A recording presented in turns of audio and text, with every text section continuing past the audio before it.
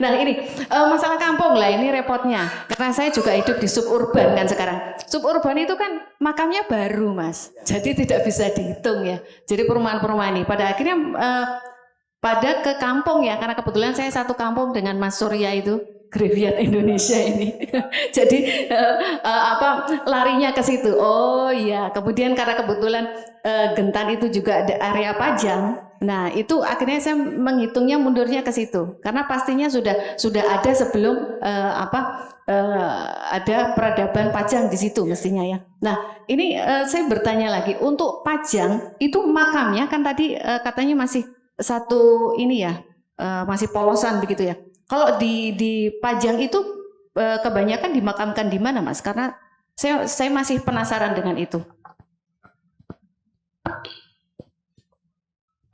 Itu internet connect nggak mas? Connect internet nggak? Oh ya, sudah ya. Ya pertanyaan saya dulu. Atau kalau ada yang mau tanya, ya sorry ya. Biar diinventarisir dulu pertanyaannya. Itu mungkin saya bisa dijawab dulu yang dari saya, sambil yang akan mempersiapkan pertanyaan.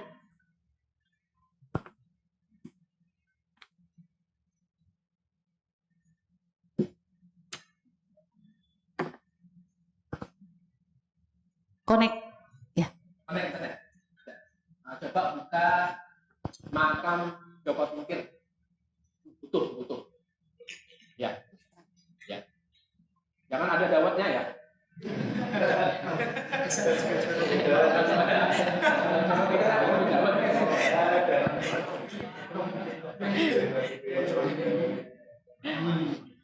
Ikut sedih itu saya. Joko Tingkir. Jangan bapak ibu. Monggo dipersiapkan pertanyaannya. 1, 2, walah banyak sekali ya. Ya satu-satu saja dulu. Mungkin saya bisa minta tolong dengan Mas yang untuk memberikan mic pada penanya dari museum Indonesia dulu ya. Oh sahabat museum, ya bapak ini. Ini aja. Pakai ini aja nggak apa-apa. Monggo bapak kalau kerso mungkin bisa ke depan sekalian untuk bisa kenalan. J.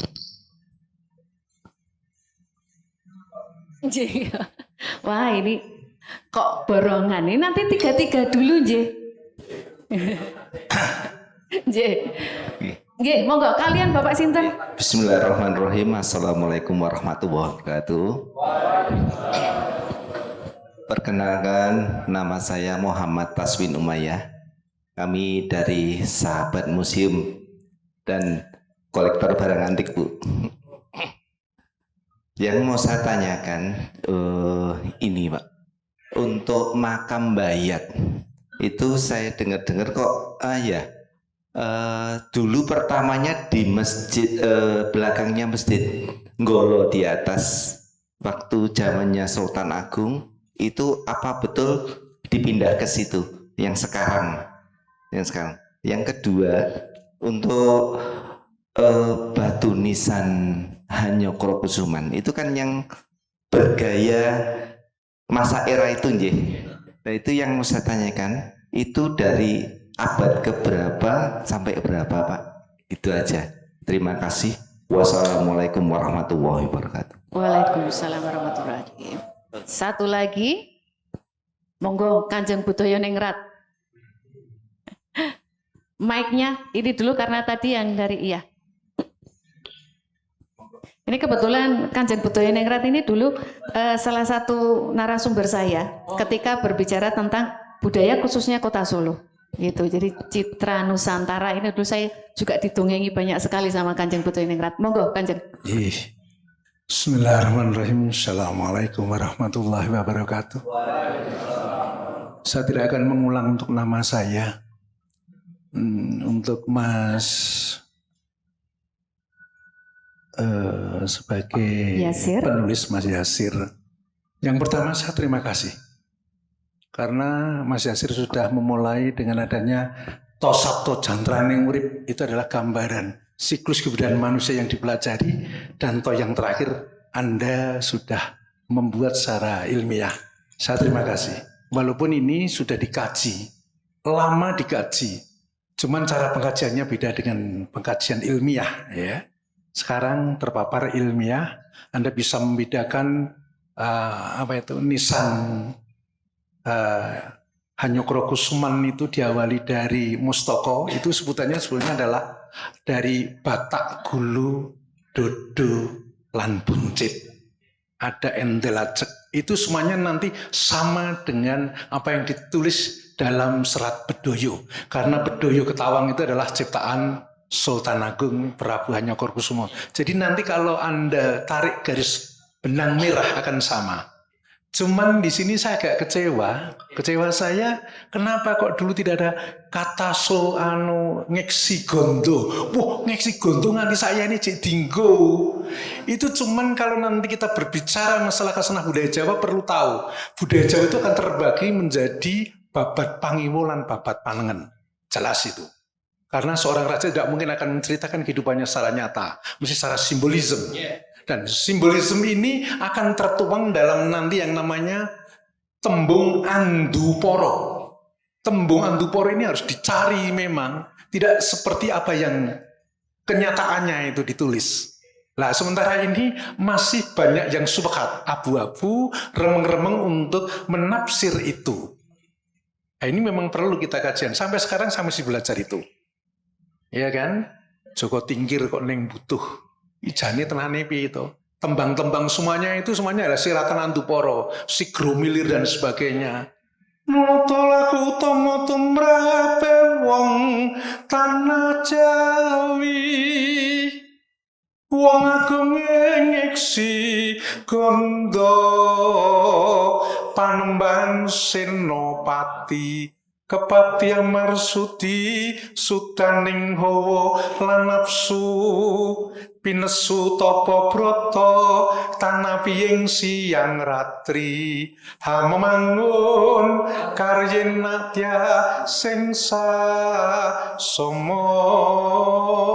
Itu jelas menurunkan Raden Mas Jatmiko sebagai Sultan Agung luar biasa. Sastra gending ada dan membuat semua simbolisme yang perlu ditafsirkan, yang semuanya tertulis anduporo. Ngeksi gondo ki karepe ngeksi itu mata, gondo itu arum, jadi mentar arum atau tanah air kan mestinya begitu. Dan sampai sekarang Keraton Surakarta 2 minggu kemarin ada haul Sultan Agungan, dan itu setiap tahun kita mesti mengadakan itu di Keraton Surakarta. Karena saya wakil dari Keraton Surakarta yang siang hari ini hadir. Jadi untuk tembung ngeksi gondo mas, itu sih dinggu. Tapi itu karena itu masuk dalam ranah tembung anduporo dan ini tidak sembarang orang untuk bisa disampaikan, maka tidak akan dibahas secara keseluruhan. Hanya itu saja. Terima kasih. Bisa.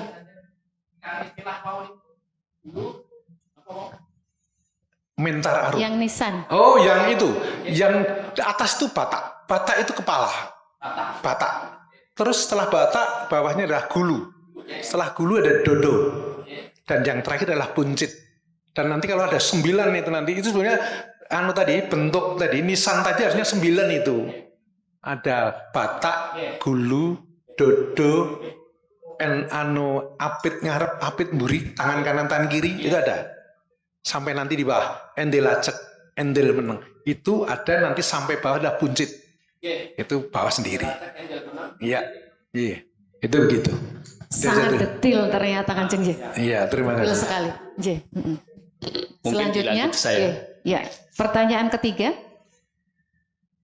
Bismillahirrahmanirrahim. Assalamualaikum warahmatullahi wabarakatuh.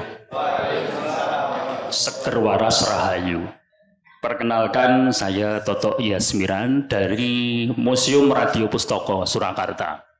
Ya, keseharian saya di sana sebagai pengelola naskah kuno atau manuskrip, sekaligus ketiban campur menjadi konsultan pawukon.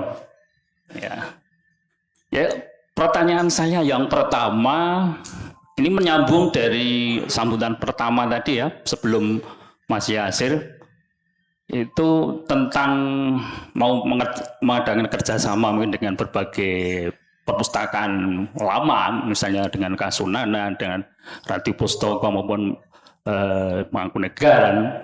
Nah, yang saya tanyakan di sini, apakah di perpustakaan ini tersimpan manuskrip ya? Nah, ya manuskrip. Manuskrip atau buku yang belum diterbitkan, mungkin ya tulisan Jawa ataupun pegon gitu. Nah, selanjutnya nanti bisa ya mungkin kerjasama dengan Rati Pustaka juga, karena di sana juga banyak tersimpan naskah-naskah yang berkaitan tentang tasawuf.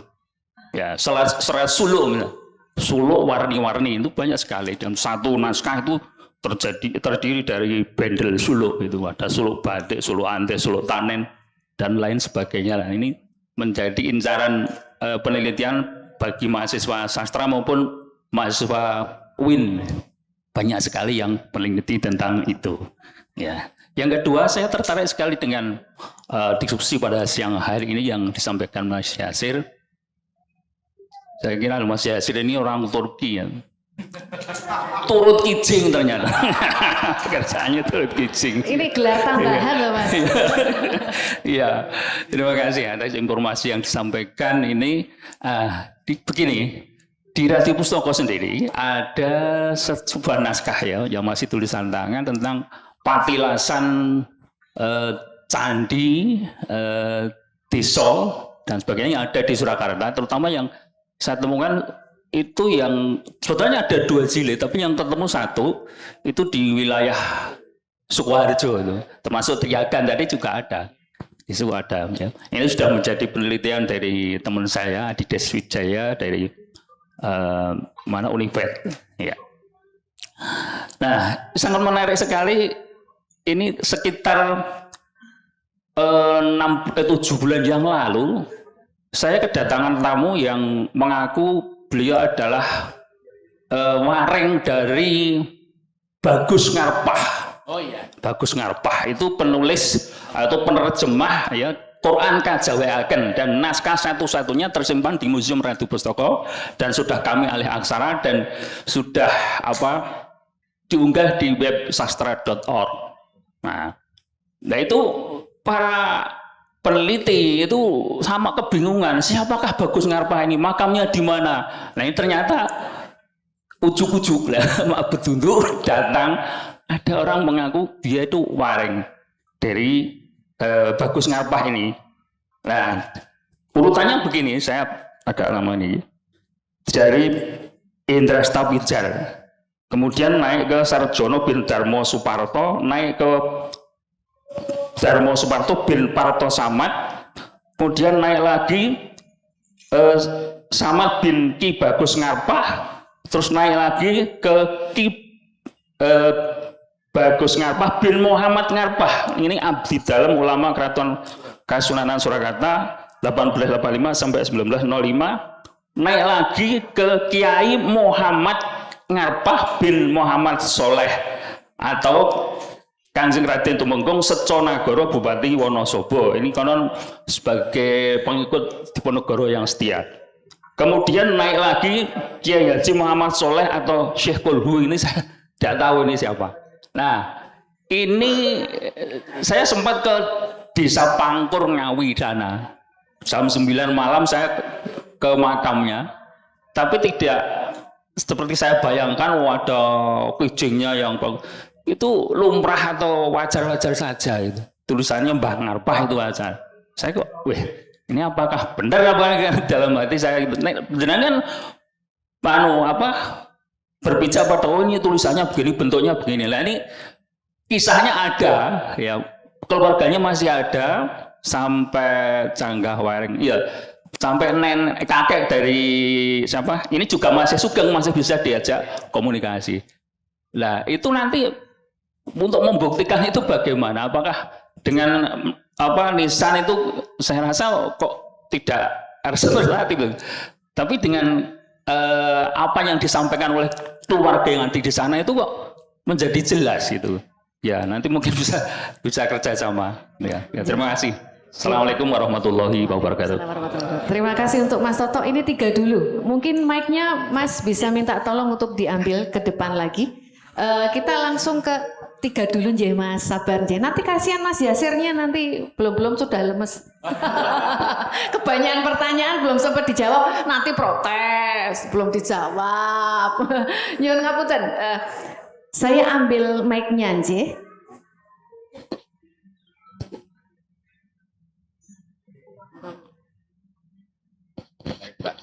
Ini dari Bapak yang sahabat museum tadi. Untuk makam Bayat, ini sebelah masjid ini apakah betul dipindah? Kemudian juga batu nisan Hanyokro Kusuman itu dari awal abad berapa sampai berapa? Oke, baik. Yang pertama, yang Sunan Bayat itu memang ceritanya nanti di naskah-naskah Sultan Agung itu memindah ke atas, gitu Pak. Ceritanya begitu Pak, gitu. Hanya saja kita juga tidak melihat ada di atas itu, karena nisannya di atas termasuk kijingnya itu kan sudah baru. Sudah baru. Selebihnya yang lain juga beberapa sudah diperbarui dengan marmer gitu ya. Nah cuma mengapa kok ziarahnya biasanya orang langsung ke atas gitu ya? Ya karena itu versi resmi negara. Sultan Agung memindahkan itu, versi resmi negara pada waktu itu memang yang atas gitu. Artinya pemindahan makam yang dilakukan oleh Sultan Agung pada waktu itu bukan sekedar mindah puteran hari ini. Kalau hari ini kan mindah itu puteran. Jadi diambil tanahnya dengan laku tertentu ya, dengan laku tertentu kemudian nanti dibawa dimakamkan di tempat yang baru gitu ya. Tapi pada masa Sultan Agung pemindahan itu ya pindah memang gitu. Nah, cuma ini tidak ada keterangan tentang itu. Nah, saya cuma mendapatkan dari sesepuh ketika Sultan Agung itu memindah memang pindah saanunya semua gitu. Sama makam-makamnya gitu. Sehingga peziarahan di atas itu sampai hari ini masih terus lestari karena memang di situ gitu. Memang Sunan Bayat memang di situ gitu. Nah, di Golo, tapi yang di atas. Kalau masjidnya di Golo itu, nah kalau Sunan Bayatnya yang naik ke atas. Ya, di atas. Kalau saya memegang yang itu Pak, gitu ya. Karena di masa Sultan Agung pemindahannya itu memang pemindahan, bukan pemindahan simbolik. Nah hari ini beberapa pemindahan itu simbolik sih, gitu ya. Di antaranya salah satunya yang saya tahu nanti ngambil tanah makamnya, dijawab apa dengan laku-laku tertentu, terus diambil tanah makamnya dipindah di sana, terus di sana dibuatkan makamnya gitu. Nah ada yang seperti itu, gitu ya. Tapi gini Bapak Ibu sekalian, kalau ada makam wali banyak itu, kalau saya tuh lumrah saja gitu, karena nanti memang kadang-kadang dia lorot asmo Pak, gitu ya. Lorot asmo. Gitu. Nah itu yang pertama. Yang kedua, nisan Hanyokro Kusuman ini masih terus dipakai sampai dengan masa Amangkurat IV atau PB3. Nggih, PB2, ngapunten, PB2. Ya, PB2. Di masa HB1 atau PB3 nanti nisannya sudah bentuk baru. Gayanya gaya baru, bukan gaya Sultan Agungan lagi. Nah, yang gaya Sultan Agungan ini masih terus dipelihara sejak Sultan Agung membuatnya tahun 1620-an sampai dengan masa akhir PB2 dan barengan dengan Amangkurat IV, gitu ya. Salah satu contoh nisan yang masih berkarakter Hanyokro Kusuman ini, kalau untuk tokoh-tokoh masa PB2 dan Amangkurat IV, kalau di Jogja itu ada Bagus Hasan Tuko atau Mbah Hasan Tuko, Raden Bagus Kemuning. Nah itu nisannya masih gaya Hanyokro Kusuman, gaya Sultan Agung. Gitu ya. Kalau di sini di Laweyan tapi yang luar tembok utama. Luar tembok utama. Kita masuk itu, kalau sana kan temboknya kayak Ageng Henis, cungkupnya kayak Ageng Henis. Nah yang di luar-luarnya itu rata-rata sudah 1700-an itu. Tapi karakternya Hanyokro Kusuman, karakternya Sultan Agungan. Gitu ya. Nah itu boleh nanti kapan kita ke situ bareng-bareng ngangsu kawruh tentang itu gitu ya. Ngaten nggih Pak nggih. Nggih. Gitu. Matur nuwun Pak nggih. Selanjutnya untuk menanggapi Kanjeng Budaya Ningrat ini mungkin karena lebih panjang ini. Nggih, Kanjeng, jadi begini. Istilah-istilah yang genuine yang tercatat di dalam naskah-naskah dan alam pikiran orang Jawa itu baiknya memang kita angkat menjadi tradisi ilmiah. Itu. Kekacauan tesis abangan santri priai adalah karena abangan santri dan priai itu tidak ada dalam nalarnya orang Jawa. Sehingga sekarang orang yang merasa dirinya malas sholat akhirnya mengatakan, aku ki abangan kok gitu. Jadi dia mendefinisikan dirinya sendiri dengan definisi orang londo. Kan kacau. Padahal yang seperti itu santri, tapi ya biasa, malas-malasan itu biasa. Santri masih nyambung ayam itu dulu biasa. Biasanya tuh nanti sholatnya dilanggar, bukan di masjid. Sehingga masjid-masjid kampung-kampung kita itu masjidnya kecil-kecil karena yang sholat di situ adalah orang-orang yang ketika sholat Allahu Akbar ini sudah nggak jalan-jalan kemana-mana lagi. Kita kan masih jalan-jalan itu. Nah mereka-mereka ini sholatnya dilanggar, belajar toharoh, belajar bersuci, belajar alif bata dilanggar ya. Masih nyambung, masih pasang nomor, nggak ada masalah kalau dulu begitu. Yupen wae nanti suatu ketika akan ada waktunya masuk masjid. Persis seperti kisah Sunan Bonang dan Sunan Kalijogo. Dibiarkan Sunan Kalijogo itu ngerampok gitu ya, mencuri nih, nek wis titi wancine. Wah, Sunan Bonang etok-etoke lewat gitu. Nah, baru ketika ketemu tarik. Nah, saiki kowe tak angkat dadi wali gitu. Ini metode di Jawa begitu. Nah, harapan saya teman-teman semua yang dalam dunia akademik, istilah-istilah seperti ngeksi gondo ini, istilah seperti apa namanya?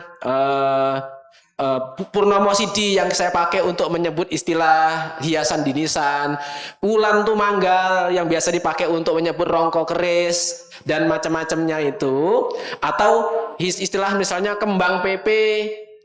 Kalau menurut saya orang-orang Londo itu nanti menyebut hiasan bulatan dinisan itu dengan istilah medalion. Medalion, Mbak. Ini istilahnya tidak apa namanya? Tidak pribumi. Gitu. Maka harapan kita sebagai orang yang berkecimpung dalam dunia ilmiah, paling tidak istilah seperti ini kita pakai untuk diomongkan di dalam ruang-ruang akademik.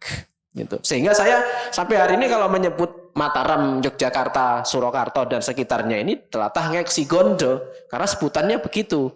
Ngeksi itu tadi ya Pak, melihat gondo itu keharuman, menyaksikan keharuman, karena memang di sini tidak bisa dilihat sekilas. Di ngeksi gondo di Mataraman melihat sekilas, oh iki wong soleh, ora iso ning kene iki ora iso ngono. Kalau di utara, di Kudus, Demak, Jeporo, Tuban, Lamongan, itu memang ngeksin toro, kelihatan semuanya. Sehingga orang di sana-sana itu ya kayak Gus Baha itulah tipenya itu. Kira-kira nyantri, ngaji, kemana-mana pecisan, sarungan, baju putih, tambah sekarang pakai jubah dan macam-macam yang lain-lain gitu. Itu ngeksin toro. Kalau ngeksin gondo kayak gitu, enggak nganunya, enggak kosmosnya, nah, atau enggak semestanya lah kira-kira gitu. Di sini ya memang kayak gini. Ya, etok-etok wong orang genah, sebenarnya memang gitu. Jebule iya. Jebule iya gitu. Kalau di ngasih gondo memang begini. Ya. Nah, ini misalnya, nah sayangnya hal-hal seperti ini tadi itu Pak, jarang atau bahkan para akademisi nggak mau berbicara tentang dari naskah gitu. Sehingga kalau mengkaji Jawa langsung abangan santri priayi aja itu aja. Nek priayi abangan ki ziarah kubur ngobong dupo, nek santri ora wis ngirim tahlilan wae. Nah, sejak kapan itu gitu. Padahal di kitab primbon itu kalau ziarah kubur ya, itu baca kulhu, falak, binas sama bakar dupa dan nabur kembang. Primbon Atasadur ada makna itu. Namanya aja udah jelas-jelas. Atasadur ada makna. Artinya primbon Atasadur itu adalah primbon yang bercerita tentang ilmu-ilmu sudur. Mafis sudur, apa yang ada di dalam hati. Ilmu rasa. Ada makna dipakai untuk kehidupan sehari-hari orang Jawa. Maka disebut Atasadur ada makna. Nah, karena nggak ngerti, wah primbon musyrik. Nah, padahal belum pernah baca. Kayak gitu itu Mbak Ya, biasanya. betul. Ya, terima kasih. Gitu ya Pak ya, gitu. Ngaten ya. Untuk dari pertanyaan Pak Toto, nggih. Ini di sini ini tersimpan manuskrip yang belum diterbitkan. Tadi sepertinya sudah dijawab oleh Gus Sigit bahwa malah justru sini membutuhkan kopian biar bisa dibaca oleh lebih banyak yang berkunjung di perpustakaan Masjid Raya Zayed. Jadi mungkin nanti bisa bekerja sama. Makaten Pak. Untuk selanjutnya, nah ini untuk petilasan candi atau desa di Solo itu ternyata ada juga naskah-naskah Iya, kunonya di Raja iya. Pustaka. Nggih Pak, matur nuwun Pak nggih. Itu sekiranya boleh di copy mungkin nanti kami butuh itu untuk anunya. Tapi kalaupun nggak bisa nggak apa-apa gitu. Intinya naskah-naskah seperti ini perlu dikabarkan. Nah kita perlu anu lah. Saya kadang-kadang anu Pak. Kalau ada orang Inggris atau orang Amerika meneliti naskah, itu bisa dapat akses seluas-luasnya. Seluruhnya, iya. Tapi kalau orang kita sendiri neliti, birokrasinya ribet sekali. Wes ngurus iki urung gitu. Mungkin anu Kira-kira Pak, kenapa ya? bisa diperjuangkan Pak nanti itu kayak gitu-gitu. Heeh. Nggih. Nggih. Oke. Nggih Pak. Udah berarti nggih. Nggih. Berarti sudah ada jaminan ya? Jaminan Pak nggih. Nanti kalau teman-teman berhubungan itu. Nah, kemudian tadi yang Bagus Ngarpah tadi, Ya. kalau itu makamnya Seconegoro ada di Payaman, Pak. Payaman Magelang. Bupati Wonosobo pertama, kemudian nanti memang ke atasnya ke Kiai Mbah Kulhu atau Mbah Soleh. Makamnya di situ juga. Di Seconegoro nanti juga ada Purwonegoro. Makam anaknya atau siapanya di situ. Nanti monggo kalau misalnya masih ada leluhurnya yang tadi, warangnya itu nyariin, nah diarahkan ke situ ke Payaman Magelang. Itu makamnya di situ. Gitu. Saya juga baru tahu, berarti Bagus Ngarpah ini masih ada hubungan dengan Mbah Kulhu ya, Mbah Kulhu ya, Payaman. Kemudian yang tadi Pak Toto jelaskan tuh juga nisan Bagus Ngarpah itu itu sangat sederhana. Ya. Jadi mungkin hanya patok batu kan banyak sekali yang Ya. patok-patok hanya batu andesit kotak, terus cuman Bagus Ngarpah gitu aja. Nah ini untuk pembuktian bahwa itu memang benar Bagus Ngarpah almarhum atau bagaimana kalau untuk Mas Jazil? Untuk makam-makam yang sudah tahun 1900 atau 1800 akhir itu biasanya memang tidak lagi berpandukan kepada paugeran makam-makam seperti Sultan Agung. Kapan tatanan Jawa ini runtuh tidak dipakai lagi? Pasca Diponegoro. Pasca 1830. Makanya Peter Carey kan nulis buku kan, And the New World of Java. Jawa baru itu pasca Diponegoro runtuh, semua keilmuan terkait nisan dan macam-macamnya itu, setelah itu orang membuat makam ya hanya sekedar tetenger, tidak menyimpan ciri-ciri identitas lagi, gitu ya. Orang membuat makam apalagi hari ini, orang membuat nisan, membuat kicing itu hanya ornamentasi, ornamen saja, tapi tidak ada pesan-pesan sebagaimana model-model Sultan Agung begini, gitu ya. Nah ini yang kita sayangkan juga, tapi memang zamannya sekarang begitu, gitu Pak. Jadi kalau misalnya mau melacak apakah itu betul makam Bagus Ngarpah atau bukan, ya dikaji dari dia dalam data sejarah meninggalnya kapan, di mana, dan ada enggak kemungkinan dimakamkan di situ, gitu Pak. Nah kalau dalam gini Pak, selama masih tahun 1800 sampai tahun 1900, data itu pasti ada, cuma belum ketemu, gitu. Masih banyak, iya Pak, bisa ditelusuri itu, bisa telusuri. Saya sekarang sedang mengadvokasi makam-makam di Yogyakarta yang diklaim Habib. Ya, data sejarahnya ada, jadi beberapa makam-makam yang sudah diklaim dan sudah ada yang dibuka, itu beberapa ada yang kita gugat dan kita ngomong ke keraton bahwa ini bukan makam Habib berdasarkan data ini gitu. Itu banyak di Yogyakarta banyak ya. Dan itu nanti urusannya agak panjang sih memang, tapi oke, karena sudah jalan, ayo kita sekalian gitu kan, banyak itu. Nah sehingga tahun 1800 900 masih ada data, jadi bisa, kalau 1500-an sudah agak repot gitu, kalau 1800 1900 masih bisa dikejar tuh ya. Ngaten nggih Pak? Gitu Pak Toto.